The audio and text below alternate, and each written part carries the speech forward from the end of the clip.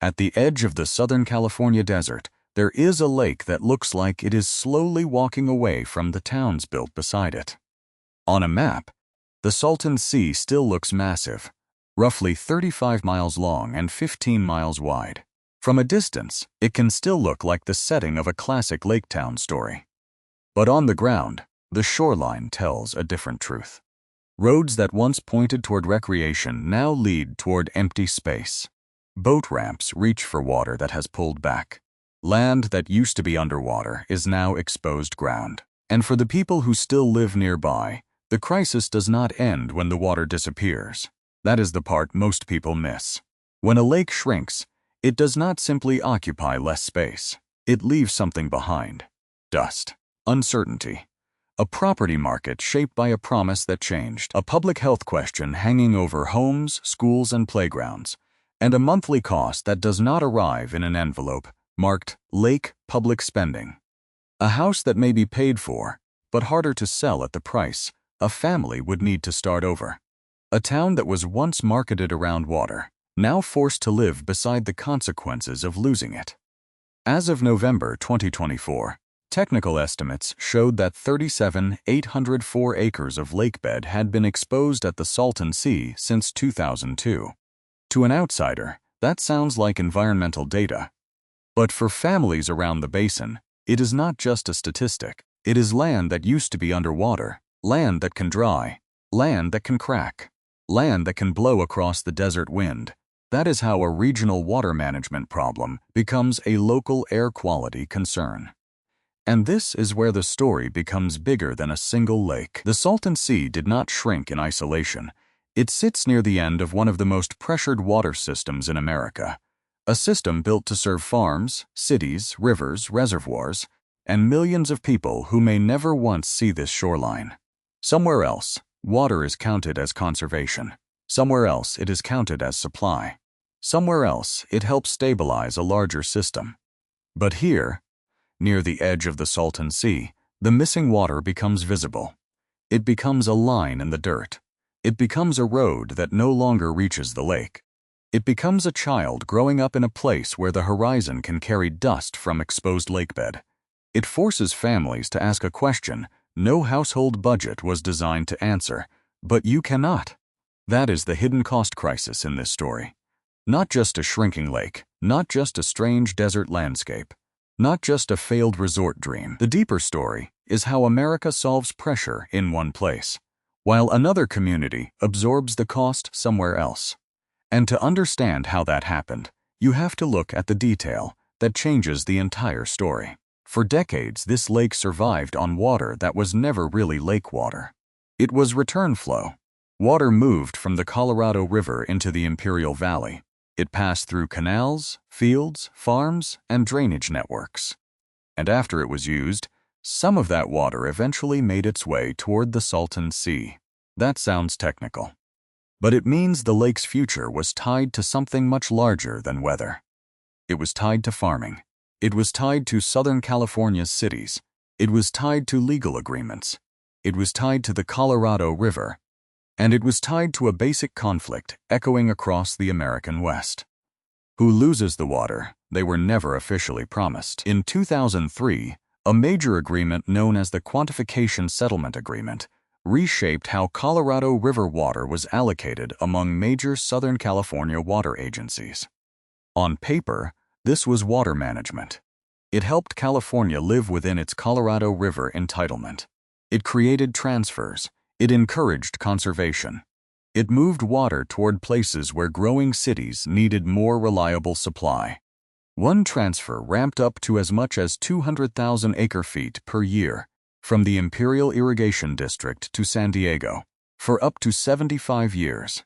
That is the kind of number that looks clean in a legal document. But a lake does not experience a contract as paperwork. It experiences it as inflow. And when farms conserve more water, when conserved water moves elsewhere, and when less drainage reaches the basin over time, the lake does not get a vote. It simply receives less. A city can count water as supply. A water district can count it as conservation. A state can count it as progress toward managing a stressed river. But a lake that depended on leftover flow counts it as absence, and absence has a geography. It shows up at the shoreline first, then it becomes exposed lakebed, then it can rise into the air, then it settles into the community, because no family opens the mail and sees a bill labeled Regional Water Transfer Side Effect, the school day shaped by dust. The doctor appointment that families may worry is connected to the air. The house that sits in a town whose original promise was water, recreation, and growth. The public project that is supposed to protect the area, but has to chase a shoreline that keeps changing. To be fair, this was not a simple choice between good and bad. Southern California needed reliable water. The Colorado River system was under long-running pressure. Imperial Valley agriculture was tied to food, jobs, and one of the most important irrigation systems in the country. Water conservation, urban reliability, agriculture, and restoration planning all serve real purposes. The problem is not that these systems exist. The problem is that their consequences are not evenly distributed. Sometimes conservation in one place can create exposure somewhere else. Sometimes efficiency has a shadow. And sometimes the community closest to that shadow is not the community that made the decision. The strange part is not that water was managed. The strange part is where the side effects landed. To understand why this became so hard to fix, you have to go back to the beginning. The Salton Sea was not born as a carefully planned reservoir. The modern lake began in 1905, when the Colorado River broke through and poured into the Salton Sink for roughly 2 years. Water filled a low desert basin. A mistake became a lake, and then, over time, America turned that mistake into something else. Developers built around it.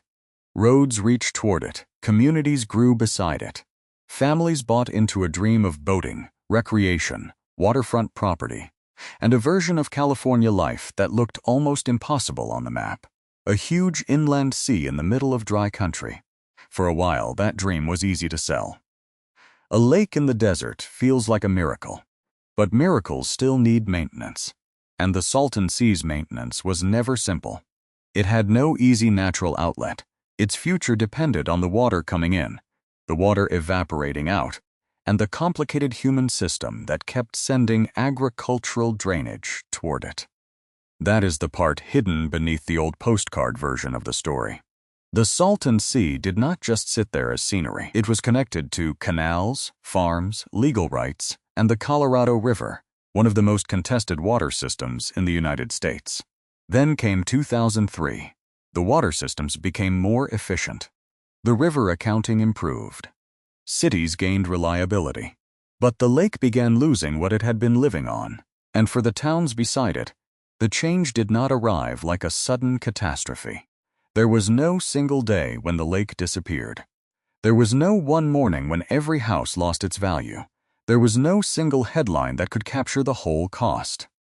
Instead, the shoreline moved slowly, then visibly, then unmistakably. Between 2017 and 2024, the average annual increase in exposed lakebed was estimated at 2,443 acres. From November 2023 to November 2024 alone, that estimate increased by 4,493 acres. Those numbers do not describe a sudden collapse. They describe something in some ways harder to fight. First, the landscape changes. Then the community adapts. Then the adaptation becomes expensive. A family buys more filters. A school worries about air. A homeowner watches the lake move farther away from the property that was once marketed around it. A local economy loses the thing that made the town make sense, and government begins trying to catch up. Put the numbers side by side, and the scale becomes clearer. 37,804 acres of exposed lakebed since 2002. 4,493 acres added to that estimate in just 1 year from November 2023 to November 2024. And a state program describing a 10-year plan for roughly 30,000 acres of habitat and dust suppression projects. That is a major public commitment. But it also shows the size of the race. The exposed lakebed estimate is already larger than the rough acreage goal described in the state's 10-year plan. That does not mean the plan is useless. It does not mean every exposed acre has the same dust risk. It does not mean nothing is being done. But it does mean the problem is large enough that even a 30,000-acre plan can feel like a chase. Because the public system is not restoring a stable shoreline. It is trying to protect communities beside a lake that keeps changing. And this is where the map explains why the crisis became a household problem. On a map, the Salton Sea looks like a blue shape sitting quietly in Southern California's desert. But the map is exactly where the story becomes clearer.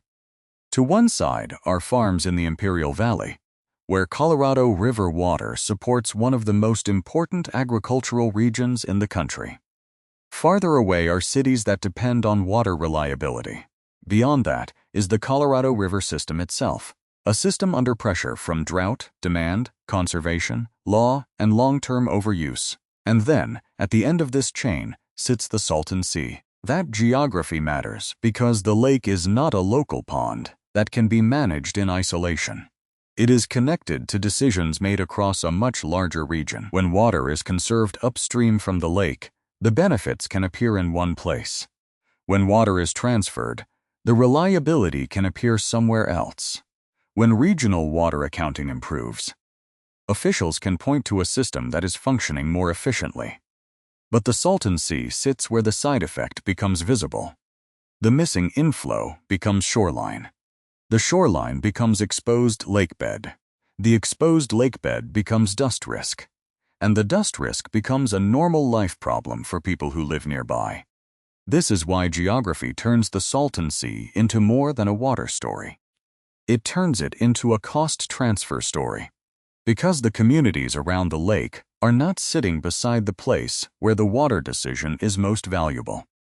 They are sitting beside the place where the consequence is most visible. If you live in a city that receives more reliable water, the system may look like planning. If you are a farmer asked to conserve, the system may look like survival, efficiency, or pressure. If you are a water agency, the system may look like a legal obligation. But if you live near the Salton Sea, the system can look like land appearing where water used to be. It can look like a lake that moved away from the town. And once that happens, the map stops being abstract. The distance between your house and the water changes. The distance between your child and exposed lakebed changes. The distance between the old promise of a lake community and the current reality changes. For Salton City, this is not just a dot on a map. More than 5,000 people were counted there in the 2020 census. The lake still helps define the identity of the community, even as the shoreline has changed, and the geography creates a trap that many American towns understand in different forms. You can breathe the problem, but you may not control the system that created the problem. The Salton Sea crisis is often described as if it were one issue: a shrinking lake, a dusty shoreline, a failed resort dream. But what is happening here is really the collision of three forces. The first force is physical. The Salton Sea sits in a hot desert basin. Water comes in, water evaporates, and without enough steady inflow, the lake pulls back. When the water level drops, the result is not just less lake, it is new land. And at the Salton Sea, that new land is not a gift. The second force is legal and economic. In the American West, water is not just a natural resource. It is a legal document, a contract, an accounting category, a farm input, a city supply line, and a political pressure point. The 2003 agreement helped reshape long-term supply. It helped some regions plan. It helped water managers count and move water more deliberately. But for a lake that depended on return flows, the same efficiency can create a different outcome. Less water returning to the lake, more exposed ground, more pressure placed on the communities at the edge. The third force is local, and it is the one families feel first. Exposed lakebed does not remain a technical phrase. For families, it can mean dust in the air, anxiety about children's health, a town whose identity was built around water, and a property problem that no household can solve alone. A house does not move when the shoreline does. A local tax base does not automatically grow when public needs get larger, and dust suppression, habitat restoration, Monitoring, planning, and mitigation all cost money. For communities with limited household income, limited political power, and fewer easy ways to relocate, the cost is heavier. In 2020-2024 estimates, Salton City's median household income was $47,827. Its median gross rent was $1,372, and its owner-occupied housing rate was 87.9%. Those numbers tell a complicated story. This is not simply a town where everyone disappeared. It is also not simply a town where owning a home means security. A place can have high homeownership and still be vulnerable. Because when the surrounding environment changes, the house does not move with the family's needs. The mortgage stays. The property tax stays. The repair bill stays. The utility bill stays. The distance to work, school, groceries, and healthcare stays. But the lake, the thing that helped define the town's original promise, pulls farther away. That is the normal life cost. It is not always one huge bill. It is the slow pressure of many smaller costs that arrive from the same source. Maybe it is an air filter. Maybe it is a medical appointment. Maybe it is a school day shaped by dust. Maybe it is a homeowner wondering whether the property will ever recover the value implied by the old lake town dream. Maybe it is a local government facing needs that are bigger than its tax base. Maybe it is a family that wants to leave, but cannot sell at the price they need to start over somewhere else. This is where the crisis stops being only about water. It moves into the lungs, the mailbox, the school day, the local economy, and the question every family quietly asks when a place becomes harder to live in. The human cost of the Salton Sea does not always look dramatic from a distance. It does not always look like a disaster scene. Sometimes it looks like a child walking to school under a pale desert sky. A parent checking the air before opening a window. A classroom where the outside world is not just weather, but something families have to think about. A UC Irvine-led study tested lung function in nearly 500 children around age 10 from 2019 to 2022. Researchers linked higher exposure to wind-blown dust from the receding Salton Sea with lower lung function, especially among children living closer to the lake. That wording matters. It does not mean every breathing problem in the region has one simple cause. It does not mean the lake alone explains every health challenge. But it does mean the exposed lakebed is not just scenery. It is part of the environment children are growing up inside. And once you understand that, the crisis changes shape. It is no longer only about water levels. It is about school mornings. It is about parents trying to decide whether the air outside is safe enough for normal life. It is about the invisible cost of living beside a landscape that is changing faster than the protections around it. Outsiders looking at the Salton Sea often see a strange desert landscape, a place sometimes framed as decay, abandonment, or dramatic photography. But families do not live inside a thumbnail. They live inside routines. They wake up. They go to work. They send kids to school. They pay rent or mortgages. They buy groceries. They replace filters. They wait for public projects to arrive. And they keep living beside a problem that many people far away only notice when the pictures look dramatic enough. That is the painful part. The crisis does not have to destroy a town overnight to change what life costs there. It only has to make normal life harder. A little more uncertainty. A little more health anxiety. A little more doubt about whether the house is still a good investment. A little more pressure on a local clinic. A little more public money needed to manage land that used to be underwater. A little more time spent wondering whether the place you live is being protected fast enough. And for many families, those small pressures do not feel small. They stack. They become the background stress of a place. They become the reason a parent hesitates before opening a window. They become the reason a homeowner worries that the town's future may be written by decisions made somewhere else. They become the reason a child's ordinary day is shaped by a lake they may never have known as a place for swimming, boating, or vacation. That is the generational divide at the Salton Sea. Older images show the promise. Newer images show the consequence. And children growing up now are not inheriting the resort dream. They are inheriting the cleanup. They are inheriting the dust question. They are inheriting the health research. They are inheriting the slow public race to suppress exposed lakebed while more land has already surfaced. This is why the Salton Sea is such a powerful hidden cost story. It shows how a visible crisis becomes a private calculation. Water becomes land. Land becomes dust. Dust becomes health concern. Health concern becomes household stress. Household stress becomes a decision about whether a family can keep calling a place home. And when enough families have to make that decision, the cost is no longer private. It becomes a town's future. It becomes a county's burden. It becomes a public spending problem. It becomes a warning about what happens when American communities are built around systems more fragile than they appeared. The lake did not leave all at once. The cost did not arrive all at once either. It arrived slowly enough to become normal. And that may be the part that makes the crisis hardest to confront. Because once a crisis becomes normal, people stop asking whether it should have happened. They only ask how much more they can afford. But this story is also tempting to oversimplify. It would be easy to say one city took the water, or one agreement caused the damage, or one industry used too much, or one government failed to act fast enough. But that version of the story is too clean. The real story is not clean. Many of the decisions made across the Colorado River system had rational reasons behind them. Cities needed reliable water. Imperial Valley agriculture depended on irrigation. Water agencies had legal obligations. Farmers were pushed toward conservation.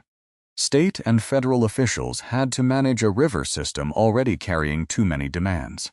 The question is not whether water should be managed.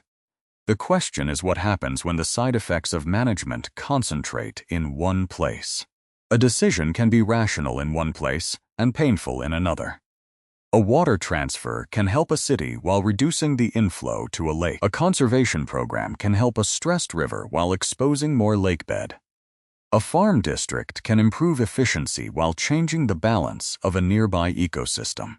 A state can announce restoration plans while local families still live through the years before those projects fully protect them. That is the harder truth. This is not a story where every actor is evil. It is a story where the consequences are not evenly distributed. The benefits of water management can travel across the region.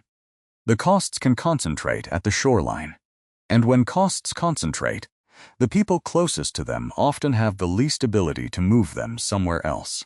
What happens next at the Salton Sea is not one simple future. There is the future of the water. There is the future of the exposed lakebed. There is the future of the restoration projects. And then there is the future that matters most to the people who still live nearby. That is the race now. The 10-year plan is not a small promise.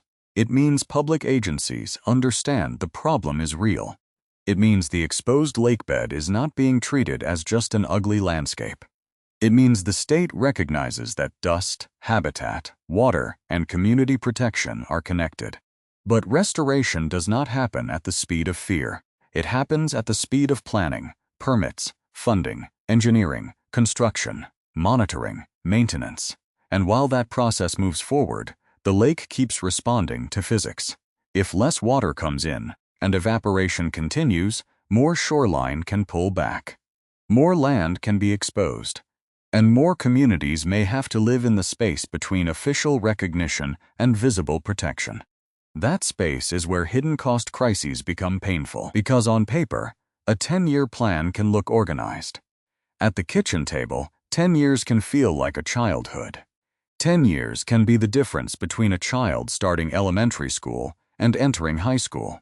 10 years can be a homeowner waiting to see whether the town stabilizes. 10 years can be a family deciding whether to stay, sell, or accept that leaving may not be financially possible. The future of the Salton Sea is probably not a return to the postcard version of the past. The more realistic question is whether the region can build a safer, healthier, more honest version of life beside a changed lake. Not a fantasy shoreline, not a miracle comeback, not a slogan, a livable future. A future where dust is managed, where habitat is protected where possible, where children are not treated as an afterthought in water policy, where homeowners are not asked to absorb an entire regional side effect alone, where the towns around the lake are not remembered only as symbols of failure, but protected as communities that still exist. Because calling a place abandoned can become another way of abandoning it. The real story is not that everyone left. The real story is that many people stayed. They stayed with the dust. They stayed with the uncertainty. They stayed with the bills. They stayed beside a lake that no longer gives back what it once promised. And maybe that is why this place feels less like a strange exception and more like a warning. Across America, normal life is increasingly shaped by systems most families do not control. Water systems, insurance systems, power systems, housing systems, food systems, climate systems, infrastructure systems. Each one can look technical from the outside. Each one can be explained with contracts, charts, agencies, and long-term plans. But when the pressure reaches a household, it stops being technical. It becomes the cost of staying, the cost of breathing, the cost of owning, the cost of waiting, the cost of being told that the system is being managed while your town is still living with the consequence. At the Salton Sea, the lake left a line in the desert. But the larger question is not only what happened here. The larger question is how many American communities are already standing beside a different kind of retreat. A retreating shoreline, a retreating insurance market, a retreating water supply, a retreating job base, a retreating promise that normal life will remain affordable if people simply work hard enough and stay put. The final image is not an empty lake, and it is not an empty town. It is a road still leading toward a receding shore, a mailbox outside a home, a family turning on the lights at night, a child waking up for school in the morning, a dry stretch of land where water used to be, and a town built on a promise the water could no longer keep. When America solves one crisis by moving the cost somewhere else, the question is not only whether the system worked. The question is, who is left standing at the edge?